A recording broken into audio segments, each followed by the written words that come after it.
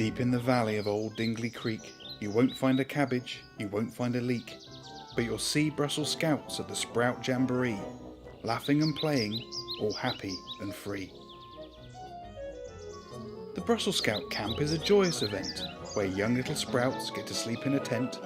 In the day they make dens or swing in attire, find sticks in the woods for the evening bonfire.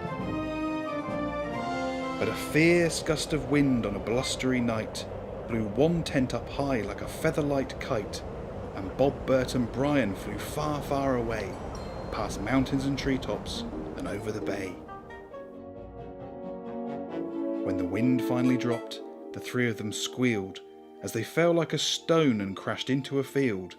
Weary and dazed from their long tiring flight, they decided to sleep for the rest of the night.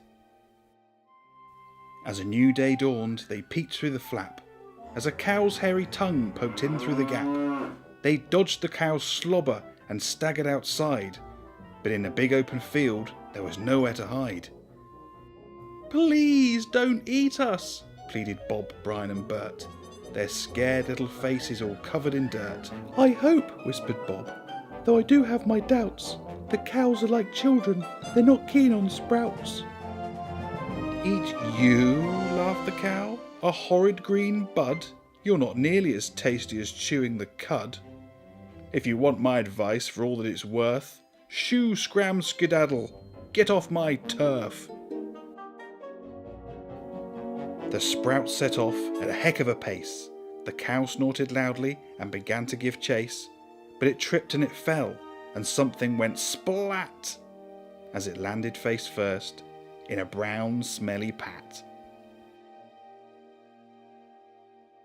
They vaulted the gate as if they had wings, took time to regroup and check over their things.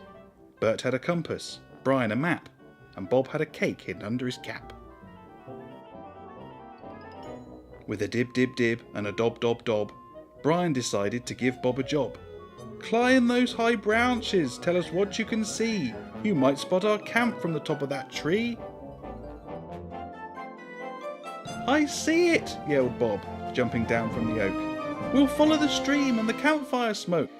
But the rickety bridge, spanning over the river, hid something to make the bravest sprout quiver.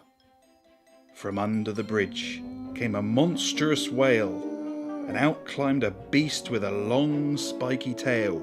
"You three come here, I ain't eaten for weeks." Then he rubbed his fat belly and puffed out his cheeks. Brian's knees knocked together and he squeaked with surprise as the brute stared at them with his big beady eyes. "Please don't eat us," pleaded Bob, Brian and Bert. But the brute looked offended, his feelings were hurt.